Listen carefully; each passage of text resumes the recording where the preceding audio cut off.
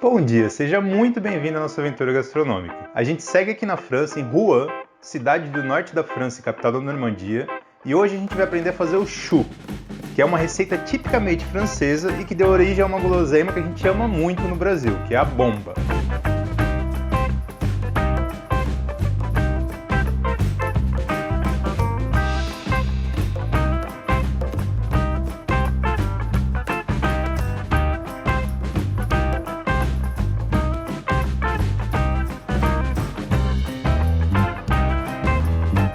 Quem vai ensinar essa receita pra gente é o Guillaume, é um patissier francês que usa produtos naturais, sem corantes e aditivos, e regionais.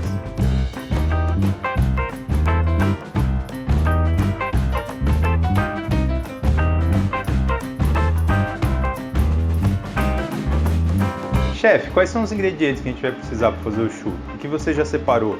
On a moitié eau, moitié lait, donc on a 250 de chaque. Là après, en beurre, on en a 180. En farine, on est à peu près à la même chose. Et là, sur une quantité comme ça, on est sur 8 œufs, sel et sucre, ce qui va donner la couleur dorée. Là, dedans, il y a le lait, l'eau, le beurre, le sucre et le sel. Donc là, il faut attendre l'ébullition. Il faut que le beurre se mélange avec le lait. Et comment ça marche la farine ici en France? Parce qu'en Italie, il y a des 0, 0, 0, 1, 2. Là c'est T, ça part de la T45.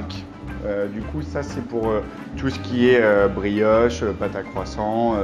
En fait, c'est pour qu'il y ait beaucoup de gluten dans notre farine, pour que la pâte ait de l'élasticité. Et après, plus on monte, donc après ça passe en T65, T80, T110. En fait, là, on se rapproche du son du seigle et du coup, le blé a, on va dire, toute son écorce. Donc, elle est beaucoup plus goûtue, on va dire. Mais par contre, on a moins de gluten. On peut l'utiliser, mais il faut savoir pourquoi on l'utilise, voilà, surtout. Parce que si on veut faire un croissant avec de la T80, notre croissant, il n'aura jamais le résultat qu'on veut, quoi. Il sera beaucoup plus plat. Après, la farine, on va la mettre, quand on l'incorpore dans le lait et le beurre, on le met hors du feu pour avoir un mélange homogène, pour pas avoir de grumeaux. Et comme ça, après, on va la sécher. Donc là, on voit que ça commence à être en ébullition. Là, je vais retirer, je coupe le feu et là, je viens mettre ma farine. Donc là, je mélange. Donc à partir de là, quand on a homogénéisé le tout, maintenant on va sécher la pâte. Donc on va la remettre sur cuisson et en fait on va essayer de la déshydrater en fait. On fait partir un peu l'eau qu'il y a encore, qui nous a permis de faire le mélange avant. Donc là, ça y est, ça commence à se transformer. On est vraiment en train de la dessécher et puis voilà, ça commence à coller un petit peu, à se décoller, coller, décoller. Et en fait, quand on va la transvaser, on sait qu'elle va être assez desséchée, c'est quand on va la transvaser, ça va partir tout seul de la casserole, ça va pas coller. Du coup là, on va la faire refroidir. Donc là, on vient mettre notre pâte à choux. Donc après la pâte à choux, on vient mettre les œufs petit à petit. Et il ne faut pas tout verser d'un coup parce que sinon, il ne faut pas que notre pâte elle soit trop liquide. Sinon, quand on va dresser, ça ne va pas du tout avoir le même rendu. Dessus, on va venir mettre un craquelin que j'ai fait. Un craquelin, en fait, c'est comme une pâte à crumble, c'est du beurre, du sucre et de la farine. Et en fait, on va avoir un côté croustillant. Donc ça nous donne deux choses. C'est qu'on a le croustillant et puis on peut le colorer comme on veut. Donc là, l'idée, encore une fois, c'est de le colorer avec des produits naturels. J'utilise pas de colorant chimique. Je suis beaucoup plus limité en couleur. Enfin, en France, on est quand même habitué à la pâtisserie. Il faut qu'il y ait de la couleur, il faut que ça pète. Et du coup, l'idée, c'est de trouver des choses qui vont donner de la couleur. Donc là, il y a de la fleur de souci. On arrive avec des petits pétales jaunes qui nous font de la couleur. De la rose séchée, des bourgeons de rose. On est aussi sur ça sent, ça donne du goût. Là, on va pas être loin, la pâte à choux. Je vais juste remettre un œuf. Voilà. Donc là, on a fini notre pâte à choux. Il faut que ça descende gentiment. Voilà. Et là, elle est parfaite. Vixe, agora vem a parte difícil, amor. Du coup, j'ai mis une poche à douille, ma poche.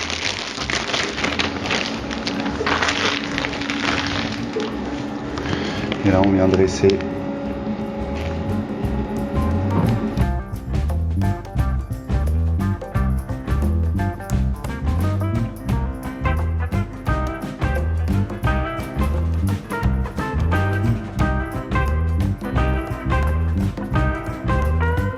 ça, c'est une pâte à crumble qu'on étale entre deux feuilles, très finement. Et après, on vient emporter avec un emporte-pièce rond. Après, je le congèle. Et donc là, on est à la phase où on les sort et on peut les prendre comme ça. Donc là, on est sur du... Celui-là, ça va être pour le citron. Donc là, c'est curcuma et pavot pour lui donner une couleur jaune. Là, on est simplement sur du cacao poudre, la couleur foncée. Et puis là, on est avec de la poudre de verveine qui va nous renforcer en plus le goût de la crème. Et là, je viens juste les mettre sur les bases que j'ai déjà. Et pour faire la pâte, quelles sont les proportions? Sans de sucre, sans de beurre, et puis on va aller à 130 de farine. Agora, muita atenção na hora de colocar o choux no forno, pois o Guillaume pré-aqueceu o forno a 200 graus e quando ele colocou as formas, ele desligou o forno. Deixou assim por uns 20 minutos, mais ou menos. Em seguida, ele religou o forno a 170 graus e deixou por mais 20 minutos.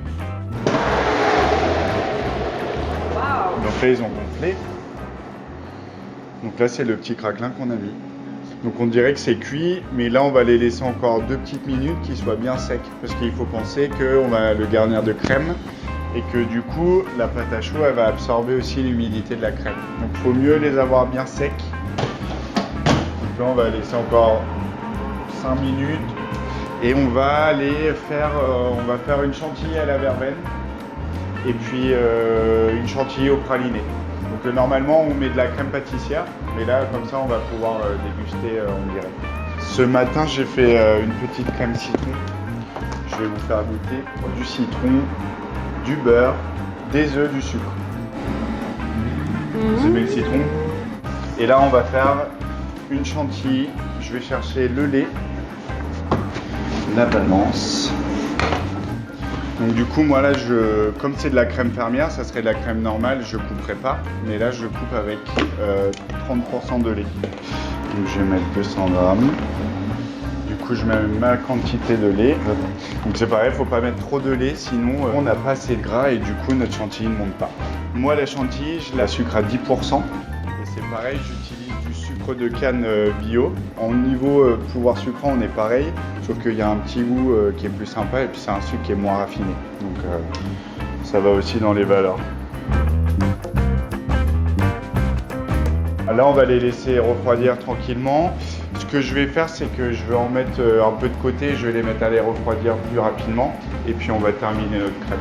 Donc là, on voit bien, on est bientôt déjà à la fin. Du coup, là, on a déjà notre crème qui est déjà montée. Donc comme je fais des mélanges, je la monte pas trop et après, s'il faut, je pourrais remettre un coup de fouet à la main. Parce que si je la monte trop, après c'est là où on commence à faire du beurre. Enfin, voilà. Sur quelque chose d'assez léger, goûtu. Merci. Meu, esse creme, la crème c'est magnifique, non? Parce qu'on parle d'une chantilly, hein. Enfin, c'est la base de la base, c'est de la crème et du sucre. Donc là, je vais aller prendre 2 culs de poule et on va faire la crème pralinée et la crème verveine. Du coup, pour la verveine, on va mettre directement de la poudre de verveine. On vient écraser comme ça. Et puis pour la pralinée, donc là, l'huile qu'on a, c'est l'huile que nous donne la noisette, quoi. Comme c'est un fruit. noisette et sucre. Ouais, c'est un sucre et la noisette. Et beaucoup de travail. Ouais, c'est ça. Et là, on va faire nos mélanges. Gente, a vervena é uma folhinha que eles secam. Tem sabor meio de chá, né, Vi? Eles usam bastante aqui na França. En fait, sur un produit normal, en couleur, on serait beaucoup plus sombre. Sur de la verveine normale, il y aurait du colorant vert, donc c'est pareil, ça serait beaucoup plus sombre. Là, on va pas jouer là-dessus, on va jouer vraiment que sur le goût, quoi. Parce qu'aujourd'hui, on prend un chou, on se dit ah ouais, il est vert, c'est quoi? C'est pistache ou c'est là c'est blanc, quoi. Donc c'est même avantageux pour moi parce que finalement, les gens ils sont surpris. Je vais goûter avec vous, hein, vous allez me dire si c'est assez praliné. Vous devez goûter.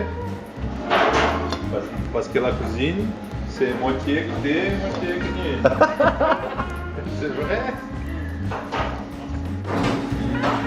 Ai, mamma mia.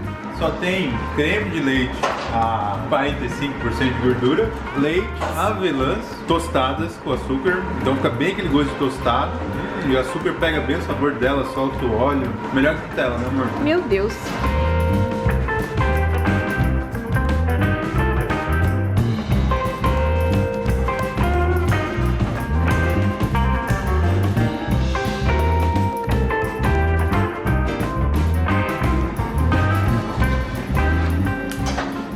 On est sûr.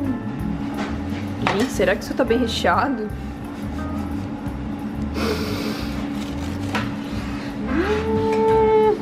Uau! Olha como fica. Gente! Beaucoup de Crème. crème. C'est incroyable.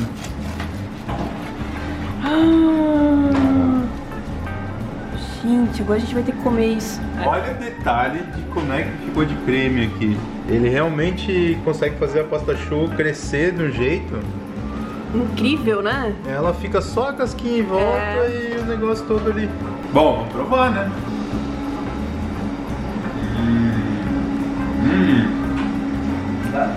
Tá muito fresco, apesar de tudo isso de creme e do creme ser bem gorduroso. A vervena, que é essa folhinha aqui que eles têm aqui na França, dá um sabor um pouco de chá. E essa casquinha que ele fez dá uma crocância e a pasta choux abraça tudo isso daí. Meu, muito bom mesmo. Esse creme que eles têm aqui na Normandia, fantástico. E é isso aí, pessoal. Isso aí foi a receita típica francesa do choux. Quem não tiver a vervena dá pra fazer com erva cidreira. O sabor é muito parecido. Espero que vocês tenham gostado. Se gostaram, dá um joinha aí, se inscreve no canal, compartilha com os amigos e a gente se vê no próximo vídeo. Abração, pessoal.